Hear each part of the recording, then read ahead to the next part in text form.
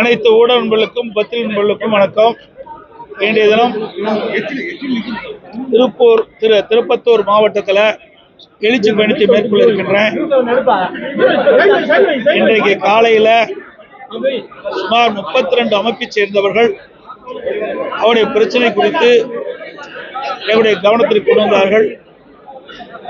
அதை அனைத்து இந்திய அண்ணா திராவிட முன்னேற்ற கழக அரசு அமைந்த பிறகு நியாயமான கோரிக்கை அனைத்தும் நிறைவேற்றப்படும். தமிழக அமைச்சர் மைத்ரேயனை இன்னைக்கு நீங்க அமைச்சர் மைத்ரேயனை நீக்கம் பண்ணிருக்கீங்க. இதே போல அன்வர் ராஜாவையும் இதெல்லாம் நீங்க கேட்கக்கூடாது. உட்கட்சி விவகாரத்தில் நீங்க பேசணும். உட்கட்சி விவகாரத்துல நீங்க கேட்காதீங்க, வேற ஏதாவது கேளுங்க. உட்கட்சி விவகாரத்தெல்லாம் பகிரமா பேச முடியாது. உட்கட்சி விவகாரம் இது. உட்கட்சி விவகாரத்தை எங்களுக்கு என்னென்ன எங்களுக்கு தான் தெரியும். அதை வெளிப்படுத்த அதாவது நீங்க போட்டு கொடுத்து வாங்குறீங்க. நான் தான் தெளிவா சொல்லிட்டேன். ஒவ்வொரு கட்சியும் கட்டுப்பாடு இருக்கு. அந்த கட்டுப்பாட்டின் அடிப்படையில் நடவடிக்கை எடுப்போம். அதை வெளியில பேசுவது சரியா இருக்கு. தாய்மானவர் திட்டத்தை தமிழக முதல்வர் பெரிய ஏரி இருக்கு. அந்த ஏரியில தண்ணி நிறுத்தி 50 கிராம் விவசாயிகள் பயனடைவாங்க. இதுக்கு தங்கள் ஆட்சியில் ஏதாவது ஒரு திட்டம் அதாவது அனைத்து இந்திய அண்ணா திராவிட முன்னேற்ற கழக ஆட்சி கொண்ட பொழுது பல ஆண்டுகளாக ஏரிகள் குளங்கள்லாம் தூர்வாரப்பட்டு கரையெல்லாம் பலப்படுத்தப்பட்டு மதங்களை சரியா வச்சு அதை மழை காலத்தில் பெய்கின்ற நீரை சேமித்து அந்த பயிரிட விவசாயத்துக்கு தேவையான நீரை நாங்கள் வழங்கணும். நிலத்தடி நீர் உயர்த்த நடவடிக்கை எடுத்தோம். நீங்க செய்த கோரிக்கை மனு மூலமா கொடுங்க, நாங்கள் அதை நிறைவேற்ற நடவடிக்கை. குழந்தைகளுடைய பிறப்பு விகிதம் காரணம் காட்டி 207 பள்ளிகளை மூடி இருக்கான்னு சொல்லி பள்ளிக்கல்வி இயக்குனர் சொல்றாரு. பள்ளிகளை மூடுறது திமுக ஆட்சியுடைய சாதனையா? இதை எப்படி பாக்குறீங்க? அதான் சாதனை. 207 அரசு பள்ளிகளை மூடிதான் திமுக சாதனை. ஆகவே அது மூடுவதற்கு முன்பாக அதை தொடர்ந்து நடத்துவதற்கான நடவடிக்கை இந்த அரசு எடுத்திருந்தா போராட்டிக்கலாம். ஆக ஏற்கனவே இயங்கி வந்த அந்த அரசு பள்ளியை மூடுவது சரியல்ல. இன்னைக்கு தமிழகத்திலே கல்வி கற்புடைய எண்ணிக்கை உயர்த்த வேண்டும் என்ற அடிப்படையில் தான் அனைத்து இந்திய அண்ணா திராவிட முன்னேற்ற கழக ஆட்சியில நிறைய அரசு பள்ளிகளை ஏற்படுத்தினோம். அப்பதான் ஒரு அறிவுபூர்வமான மாணவர்களை உருவாக்க முடியும் என்ற அடிப்படையில் தான், அதுவும் ஏழை எளிய குடும்பத்தில் பிறந்த மாணவ மாணவிகள் அந்த பகுதியிலேயே அங்கே கல்வி இருக்க வேண்டும் என்ற அடிப்படையில் தான் அரசு பள்ளிகள் அதிகமாக திறக்கப்பட்டது.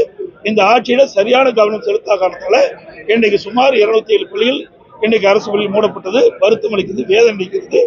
ஆக இந்த அரசு அதில் தனி கவனம் செலுத்த வேண்டும் என்று எதிர்பார்க்கிறேன். 24 பேர் வெட்டி படுகொலை செய்யப்பட்டிருக்காங்க திமுக ஆட்சியில. 1.5 ஆண்டுகள்ல திருப்பத்தூர் மாவட்டத்துல 24 பேர் வெட்டி படுகொலை செய்யப்பட்டிருக்காங்க. இது எப்படி பாக்குறீங்க? அதாவது திராவிட முன்னேற்ற கழக ஆட்சி வந்தவருக்கு சட்ட ஒழுங்கு அடியோடு சீர்கட்டு விட்டு நான் எல்லா பொதுக்கூட்டத்திலையும் பேசி வரேன். இன்றைக்கு உங்க பத்திரிகையிலே ஊடகத்திலையும் தங்க என்ன நிலவரம், வெள்ளி என்ன நிலவரம் தான் வந்தது. இப்ப கொலை நிலவரத்தை இன்னைக்கு பட்டியலிட்டு சொல்லிக்கிட்ட அளவுக்கு ஒரு மோசமான சூழ்நிலை தமிழகத்தில் நிலவுகிறது. இதற்கு காரணம் காவல்துறையை சுதந்திரமா செயல்பட இந்த அரசு அனுமதிப்பில்லை. அதனாலதான் நீ குற்றச்செயலில் ஈடுபட்டவர்கள் அந்த காவல்துறையை கண்ட கொஞ்சம் கூட அச்சமில்லாத காரணத்தினால இன்றைக்கு ரவுடியுடைய ராஜ்யம் இன்றைக்கு கொலைப்பட்டியல் நீண்டு கொண்டிருக்கின்றது. அது மட்டும் இல்ல, இன்னைக்கு போதைப் பொருள் அதிகமாக விற்பனை செய்கின்ற காரணத்தினால போதைக்கு அடிமையாகி அதனால் ஏற்படுகின்ற விபரீதமான செயல்கள், கொலை, கொள்ளை, திருட்டு, வழிப்பறிவு, பாலியல் கொடுமை நடப்பதற்கு மூல காரணமே இந்த போதைப் பொருள் பழக்கத்திலே ஆளானவர்கள் தான் இந்த செயலில் அதிகமாக ஈடுபடுவதாக எங்களுக்கு கிடைத்த தகவல். தமிழக முதல்வர் தாய்மானவர் திட்டத்தை நேற்று மாற்றுத்திறனாளிகளுக்கு 70 வயதுக்கு மேற்பட்டவர்களுக்கு தொடங்க வச்சிருக்காரு. இது மக்கள் இடத்துல நல்ல ஒரு வரவேற்பு வந்திருக்கின்ற எதிர்கட்சி தலைவர் நீங்க தான் சொல்லணும். தொலைக்காட்சி நம்பர் தான் போய் பார்த்துட்டே தான் தொடங்கி வச்சிருக்காரு. நல்லதா கெட்டதா என எதிர்காலத்தில் பார்த்து சொல்லணும். அந்த திட்டங்கள் எப்படி? அதாவது அதுதாங்க, நீங்களே கேள்வி கேட்டுட்டீங்க. என்ன இந்த திட்டம் நன்றாக இருக்கும்னா இந்த திட்டத்தை தொடங்கி வச்சிருக்கிறார். எல்லா திட்டத்தையும் தொடங்கித்தான் இருக்கிறார். அவர் தொடங்கின திட்டம் எது நல்லதா இருக்குது? ஆக திட்டத்தை துவங்கும் போது நல்லா தான் இருக்குது. ஆனா அதை நடைமுறைப்படுத்தி சக்சஸ் பண்ணணும். அப்பதான் மக்களை ஏற்றுக்கொள்வாங்க. ஆனா இவர்கள் எத்தனை திட்டத்தை அறிவிச்சு எத்தனை குழு போட்டாங்க? சுமார் 50 திட்டத்தை அறிவிச்சு 50 குழு போட்டிருக்காங்க. அந்த 50 குழு கிடப்புல கிடக்கு. அது மாதிரி ஒரு திட்டத்தை அறிவிப்பாங்க. அதோட அந்த திட்டத்துக்கு நல்லா அறிவிப்பு கொடுப்பாங்க, விளம்பரம் கொடுப்பாங்க. உங்களுடைய தொலைக்காட்சியில அழகா காட்டுவீங்க, உங்களை போல இருக்கிற கேள்வி கேட்பீங்க, நாங்களும் பதில் சொல்லுவோம். ஆனா திட்டத்துடைய நோக்கம் சக்சஸ் ஆகும். அப்பதான் அந்த திட்டத்தை நிறைவேறுவதாக அர்த்தம். ஒரு திட்டத்தை அறிவித்ததனால வெற்றி பெறாது. திட்டத்தை நடைமுறைப்படுத்தி அந்த நடைமுறையில் சக்சஸ் ஆனதான் அது திட்டம் நன்றாக திட்டம் என்று மக்கள் ஏற்றுக்கொள்வார். திருப்பத்தூர் மாவட்டத்துல சாலை கழிவுகள் 25% அதிகமான வரி, அதிலே மக்கள் ரொம்ப பாதிக்கப்படுறாங்க. விவசாயிகள் இல்ல 80% விநியோக அதிகப்படுத்திருக்காங்க. இதை பத்தி உங்களோட கருத்து? இது வன்மையா கண்டிக்கிறேன். இந்த வேண்டுமென்றே திட்டமிட்டு ஒரு சர்வாதிகார போக்காட்டம் பார்க்கிறோம். இன்றைக்கு எல்லா நாடுகளும் சரிசமமாக வரிவித்து அதுக்கு ஏற்றவாறு செயல்பட்டால் தான் ஒவ்வொரு நாட்டிலையும் ஒரு பொருள் விளைவிக்கிறாங்க. ஒவ்வொரு நாட்டிலையும் பல தொழிற்சாலைகள், அந்த தொழிற்சாலைகள் ஏற்றுமதி செய்யும். இப்படி வேண்டுமென்ற திட்டமிட்டு ஒரு குறிப்பிட்ட வரியிலிருந்து அதிகபட்ச வரி விதித்து ஒரு நாட்டை அடிமைப்படுத்தும் என்பது ஏற்றுக்கொள்ள முடியாது.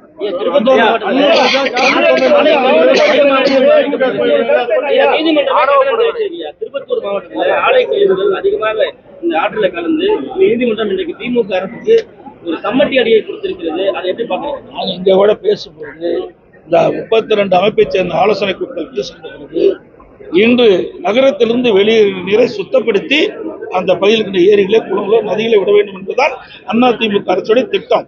அதன் அடிப்படையில் தான் காவிரியில் நடந்தாய் வாழி காவிரி என்ற அற்புதமான திட்டத்தை நாங்கள் அதிமுக அரசு கொண்டு வரப்பட்டு மத்திய அரசு அதற்கு துணை நின்று அந்த திட்டம் இன்றைக்கு செயல்படுகிறது.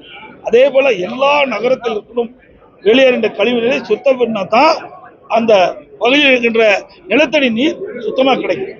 சார், விரைவில் நீங்களும் டிடிவி தினகரனும் ஒரே மேடையில் இணைவுன்னு சொல்லிட்டு நயினார் நாகேந்திரன் பாஜக தலைவர் சொல்லியிருக்காரு. அது என்ன சார்? அது அவரை கேளுங்க. அவர் தான் எனக்கு சொன்னாரு, அவரே திருப்பிக்கணும். பாஜக கூட்டணி எங்கிட்ட உண்டு, ஆனா மற்றதெல்லாம் நாங்க தான் முடியும். அதிமுக தான் தலைமை தாங்க. ஆனா அது சந்தர்ப்ப சூழல் வருகின்ற போது அதுக்கு உண்டான பதில் நாங்க தரப்போம்.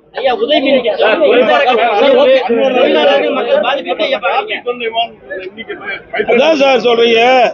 அதாவது இது சுதந்திரம், ஜனநாயக யார் வேணாலும் எந்த கட்சியில் வேணாலும் இருக்கலாம். ஆனா இந்த கட்சிக்கு போக கூடாது, அந்த கட்சிக்கு போக கூடாது யாரும் தடுக்க முடியாது. ஏன் இங்கதான் இருக்கிறாங்களா? மற்ற கட்சி எல்லாம் போகலையா? நிறைய எல்லாமே கட்சி மாறி மாறி இருக்கிறாங்க.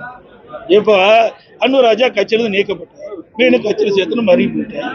அதே மாதிரி இவர் நம்ம மைத்ரேயன் கட்சியில் நீக்கப்பட்டார், படி சேர்த்து பரணி போயிட்டார். ஆக இப்படிப்பட்டவர்கள்லாம் எந்த கட்சியிலுமே நிலையா இருக்க மாட்டாங்க.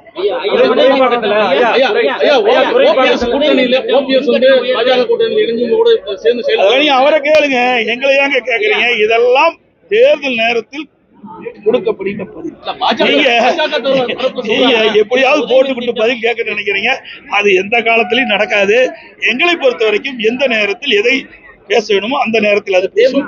கூட்டணியை பொறுத்த வரைக்கும் இன்னும் 8 மாத காலம் இருக்கின்றது. 8 மாத காலத்தில் இன்னும் பல கட்சிகள் அனைத்து இந்திய அண்ணா திராவிட கூட்டணியில, அண்ணா திராவிட முன்னேற்ற பாரதிய ஜனதா கூட்டணியில எங்க கூட்டணி தலைமை ஏற்று வந்து சேருவா என்பதை தெரிவித்து நன்றி. அதுக்கு